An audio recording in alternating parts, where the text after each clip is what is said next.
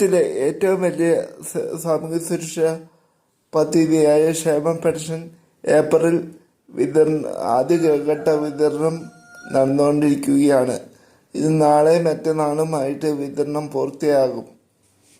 2025 പുതിയ സാമ്പത്തിക വർഷം ആരംഭിക്കുമ്പോൾ കുടിശ്ശിക 4800 രൂപ പെൻഷൻ തുക വിതരണം ആരംഭിക്കുകയാണ്.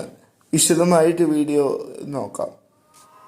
സമയത്തും തുടർന്ന് നമുക്ക് ആനുകൂല്യങ്ങൾ എത്തിച്ചേരണമെന്നോ സർക്കാർ പറയുന്ന സമയത്ത് അതാത് രേഖകൾ സമർപ്പിക്കണം.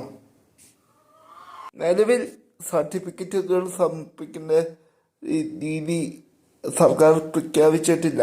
ഈ സമയത്ത് ഈ മാസം സർക്കാർ ആവശ്യപ്പെടുന്ന പ്രധാന സർട്ടിഫിക്കറ്റുകൾ വരുമാന സ്രോതസ് തെളിയിക്കുന്ന സർട്ടിഫിക്കറ്റ്, അതുപോലെ മസ്റ്ററിങ് ചെയ്ത രേഖകളും ആണ്.